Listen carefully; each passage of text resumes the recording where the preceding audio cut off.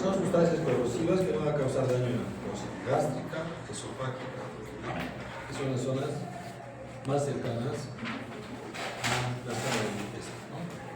¿Qué pasa con estos pacientes? Bien, podemos tener ingesta accidental o ingesta por intento suicida. Miren este niño, una persona de 6 años que ingiere un cáustico y después de la ingesta presenta dolor torácico súbito y se muere. Y acá es evaluado de forma inmediata llevado a su centro de salud, apreciando lesiones aisladas eritematosas hemorrágicas. ¿Qué nos indica esto? Que realmente ha sido una sustancia corrosiva que ha consumido. Es importante con esto saber qué ha consumido el paciente y si puede llevar el familiar que ha consumido el paciente, le va a permitir determinar si es un ácido o es un ácido, ¿no? Se refiere al hospital para estudiar. Este es un ejemplo de un niño con ingesta accidental. Y otro grupo, otra persona, paciente mujer de 25 años, previamente sana, que ingresa o ingresa a la emergencia por presentar sensación de pirosis, dolor abdominal posterior a la ingesta de ácido amoníaco, de forma voluntaria por problemas personales.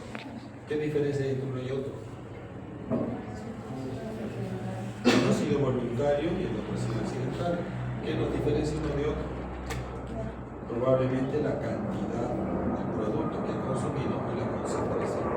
Al ingreso se encuentra quejumbrosa, depresiva, con ligero dolor abdominal, signos de irritación peritoneal y algunos hallazgos sin otros hallazgos en el examen. ¿Qué es entonces la ingesta de cáustico? ¿No? La intoxicación por cáustico se define como ingesta de sustancias corrosivas que destruyen un tejido. Pueden ser álcalis o ácidos, los dos extremos, ¿no? ¿Por qué se produce generalmente la ingesta accidental? Por esto. Utilizamos en la casa productos o recipientes que no deberíamos usar, ¿sí? Acá les quedó una lata de duranos y echaron alguna sustancia para guardar, o una botella de Coca-Cola, o esto que es lo más peligroso. ¿Qué es lo que está en blanco? Soda cáustica. La soda cáustica es un producto que se utiliza para desatorar los baños y viene en polvo. Y el blanco parece azúcar. ¿Sí? ¿Qué pasa con estos productos en la casa? Los usamos para desatorar baños, ¿no? O desatorar el fregadero, ¿no? Donde lavamos y esas cosas. Y generalmente los guardamos debajo, ¿no? No tiene acceso un niño. El 80% de las lesiones por agentes cáusticos ocurre en gente menor de 5 años, por descuido de los padres o cuidadores. Y en adultos, por suicidio o ingesta accidental. ¿Por qué podría ser ingesta accidental cuando se toma una Coca-Cola? ¿Qué pasa? Un paciente ebrio llega a su casa, tiene sed, agarra la botella de Coca-Cola y ha pasado varias veces. ¿Sí? ¿Qué piensa el paciente? Que está tomando una gaseosa. Ni siquiera la huele. Miren todo lo que se puede consumir, ácidos o álcalis. ¿Cuáles son más peligrosos? ¿Ah? ¿Por qué? Esto causa destrucción en el tiempo. Esto te causa destrucción, necrosis y básicamente forma una costra. Pero si básicamente es un volumen grande, es altamente mortal porque causa perforaciones. Diferentes tipos de ácidos. ¿Cuáles son los más comunes? Ácido clorhídrico, ácido muriático, que son los que se utilizan para limpieza. Y álcalis también. Amoníaco, ¿qué más utilizamos? Hidróxido de sodio, soda cáustica, ¿sí? Fluoruro de amonio, hipoclorito de sodio, la lejía, es lo más común. Esto es importante entender. ¿Por qué se produce el daño a nivel esofágico o a nivel gástrico? ¿De qué va a depender? Del tipo de cáustico ingerido, va a depender de la cantidad que ingiera, ¿sí? La concentración del cáustico, el tiempo de contacto con el mucosa. Estos 4 parámetros son importantes tener en cuenta. Entonces, ¿qué cosa ingirió el paciente? ¿Cuánto más o menos ha ingerido? ¿Qué concentración tiene? ¿Y cuánto tiempo de contacto ha tenido el cáustico o el álcali con la mucosa? ¿El tiempo de contacto de qué va a depender? es que el paciente tomó el producto y se forzó el vómito. ¿Se debe forzar el vómito? No, ¿por qué? Porque va a causar daño tanto al entrar como al salir. No se utilizan sustancias neutralizantes tampoco, porque la neutralización en ácido, en contacto con un álcali, lo que genera es calor excesivo y va a causar más daño.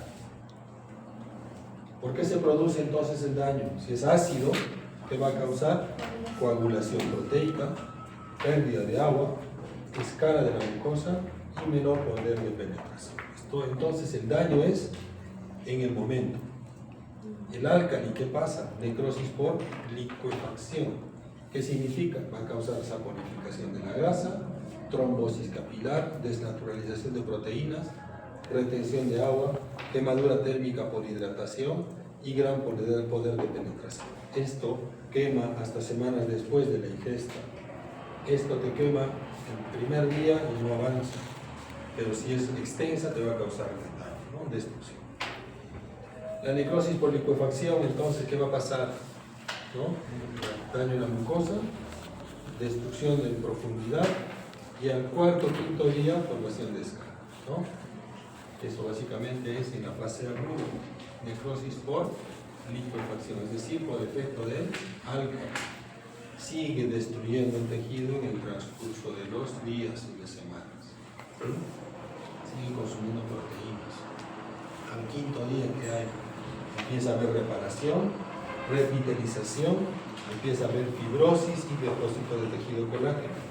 En este periodo empieza a haber retracción del tejido y cicatrización. Entre la tercera y cuarta semana, retracción y cicatrización, acortamiento y estenosis. Esto es lo que van a encontrar en una radiografía por contraste en un paciente con ingesta de sustancias alcalinas con destrucción extensa de la mucosa. Estenosis completa prácticamente del esófago medio y distal. Este es un esófago normal, ¿no? Pero en la parte próxima al estómago está estenosido. ¿Qué manifestaciones clínicas tiene el paciente generalmente cuando ingiere una sustancia alcalina o ácida? Dolor, disfagia, odinofagia, ¿sí? Dolor retroesternal, dolor abdominal intenso, generalmente va a depender de dónde esté la mayor cantidad de sustancia ingerida, ¿no? Insalivación, cianorrea, dificultad para deglutir, disfonía. Si nuestro paciente tiene estridor respiratorio, disfonía, dificultad para respirar, lo primero que tenemos que hacer es preservar su vía respiratoria, porque puede haber quemado también sus cuerdas vocales y su tráquea. Estos pacientes van a acabar con intubación endotraqueal.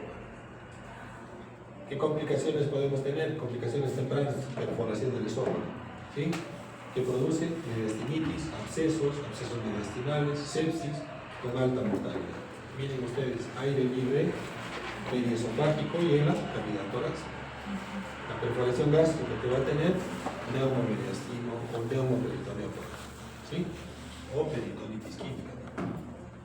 En la fase crónica, ¿qué va a haber en estos pacientes? Cicatrices, úlceras, estenosis, disfagia. Este es un esófago en fase de cicatrización, pero no tiene luz.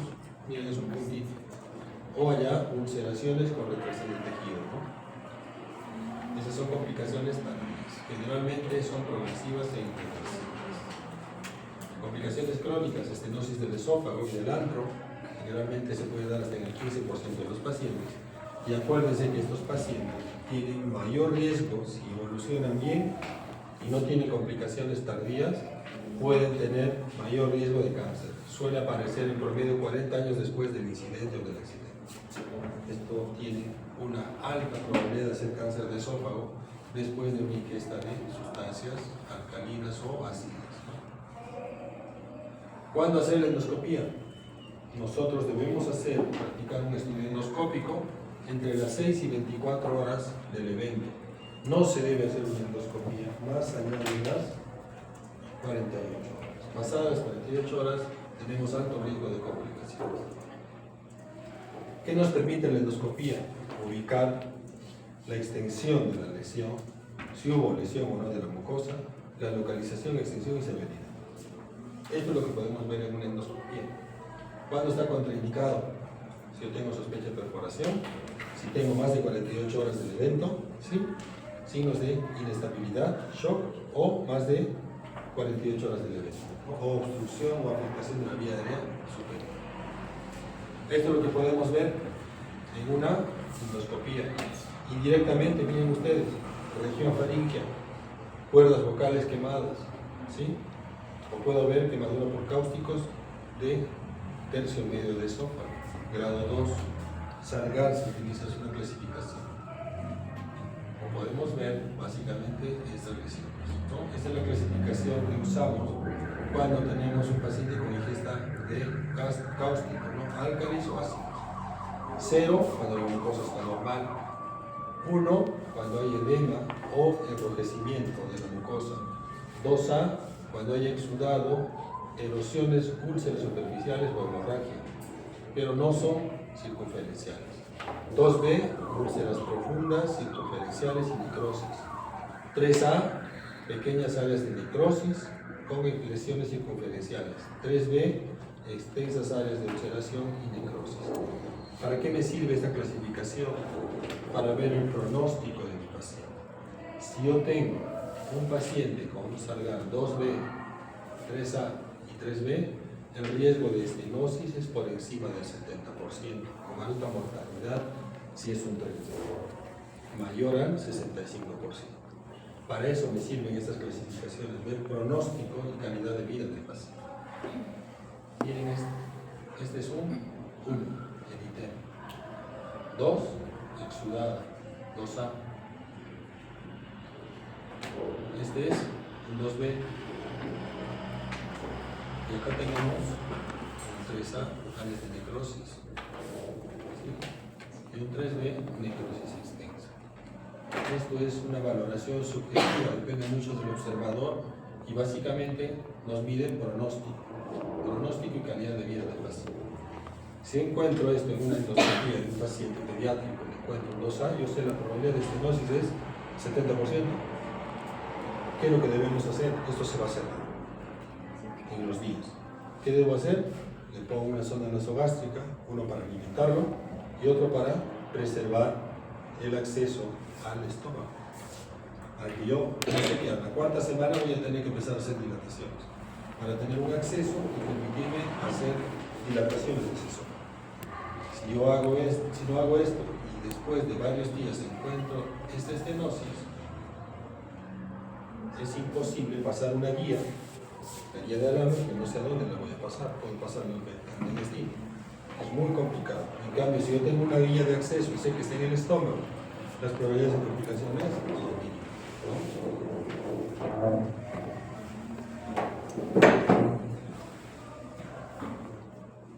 Estudios radiológicos generalmente nos miden o nos sirven para ver si hay complicaciones tempranas o complicaciones tardías. A partir de la tercera o cuarta semana, una radiografía con esófago contrastado. Miren este esófago. Tiene una estenosis de prácticamente el 100% del esófago. ¿Este en qué va a acabar? En una transposición colónica. ¿Qué se va a hacer? Se saca el colon transverso y se hace un nuevo esófago. Eso no va a poder comerse. Y si hay perforación, es una necesidad quirúrgica con alta mortalidad, ¿no? Tratamiento.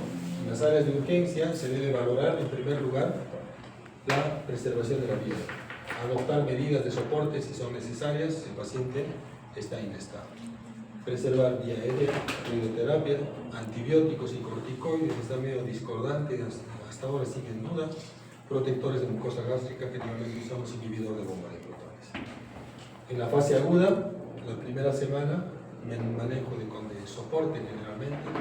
Fase latente, no se debe hacer nada salvo preservar su vía aérea, antibióticos si necesita. La decisión de corticoides va a depender de uno a otro paciente. Y en la fase crónica, después de las 4 semanas, es donde vamos a ver las complicaciones, principalmente estenosis, que es lo que más frecuentemente se encuentra en estos pacientes. Fase aguda, pacientes con lesiones de grado 1 pueden ser dados de alta, con dieta líquida las primeras 24 horas, inhibidor de bomba de protones y antibióticos si ustedes ven conveniente, dependiendo si hay alguna complicación infecciosa. ¿Cuándo se puede pensar en cirugía en la fase aguda? Si hay perforación, abdomen agudo o perforación. Se recomienda hospitalización en el grado 2 y el grado 3. Pacientes con Stargardt 2A se recomienda dieta absoluta por 48 horas con reintroducción de la misma en forma progresiva a partir del tercer a cuarto día. Pacientes con lesiones Stargardt 2B y 3, la intolerancia oral es más frecuente y prolongada, va a estar más tiempo en reposo gástrico. Acá se utiliza y se propugna utilizar más corticoides para evitar la retracción del tejido, ¿sí? Inhibidor de bomba de protones, y acá se puede decidir, cuando usemos la endoscopía de primera intención y encontramos este Stargardt, lo recomendable es dejar una zona nasogástrica. Y en la fase latente, proceso de cicatrización, tejido de granulación, endoscopía contraindicada, y los riesgos en este periodo: úlceras, edema, hemorragia, hay atonía de la mucosa gástrica o de la musculatura gástrica, y puede haber necrosis, ¿no? En la fase crónica, como les decía, acaban en dilataciones, ¿no? Dilatación esofágica, cirugía reconstructiva, la transposición colónica que les decía, o gastrectomía total. Esto es lo que utilizamos para dilatar los Savary. Miren ese niño, ¿qué edad tendrá? 2 años máximo, con estenosis esofágica. Tratamiento quirúrgico, básicamente, ¿qué es lo que se hace? Esofagectomía con esófago gastroanastomosis, que podría ser una opción dependiendo de la zona comprometida del esófago, ¿no? O transposición ascenso colónico. ¿Qué pasó con nuestros dos pacientes, muchachos? El primer paciente es un niño que miren que tiene, es un Stargardt 1A, ¿no? 1. Edema, eritema, ¿no? Membranas y ya. Se indica dieta líquida y sale de alta a su domicilio a las 24 horas. En un control posterior, el paciente no refiere ninguna molestia durante la alimentación. ¿Qué pasó con la segunda paciente? Las primeras 12 horas del ingreso se realiza endoscopía alta y se valoran las lesiones esofágicas para ver pronóstico. Miren ustedes, mucosa esfacelada, ¿qué más? Estómago con necrosis, ¿sí? Anto, mucosa pálida, necrótico final. ¿Sí? Es un 3. Durante la evolución posterior, el paciente presenta hipoxia, emesis, náuseas constantes, por lo cual se realizó nueva endoscopía, documentando cicatrices y fibrosis en el antro con retracción importante y estenosis fibroide secundaria. ¿Qué pasó con este tejido? Ha cicatrizado y estenosado. ¿Qué pasa si hay una estenosis del antro? Se puede intentar hacer dilataciones o en algún caso probablemente acabe en gastrectomía, ¿no? Esta es la estenosis. Ahí se ve, o ahí debería estar el mismo, ¿no? No deja pasar el endoscopio. Esa es la secuencia de casos. ¿Alguna pregunta? Doctor, cuando decían la dosa al tratamiento dieta absoluta, ¿se refiere a ayuno, doctor? Claro. Y entonces desde la dosa debería estar con sonda nasogástrica. Se puede intentar poner sonda, no es una recomendación absoluta. Pero si tú tienes una lesión en el esófago distal que sabes que se va a estenosar, porque el 2A y el 3 tienen alta probabilidad de estenosis, es mejor dejar una sonda nasogástrica. No es con la intención de alimentar, sino es con la intención de que no se te pierda el esófago. ¿No? Si yo tengo esta estenosis, intentar pasar a través de una estenosis es bien complicado. En cambio, si yo tengo una guía, que es una sonda nasogástrica, yo tengo una vía de acceso para poder entrar al estómago. Posteriormente, para poder intentar hacer dilatación. Es básicamente para lesiones del esófago que usamos eso. ¿Sí? Bien, muchachos. ¿Alguna pregunta? Ya que es hojita, ¿no? En caso de que una pila de monedas haga el efecto de digamos, ¿qué se debería tomar? ¿Qué se le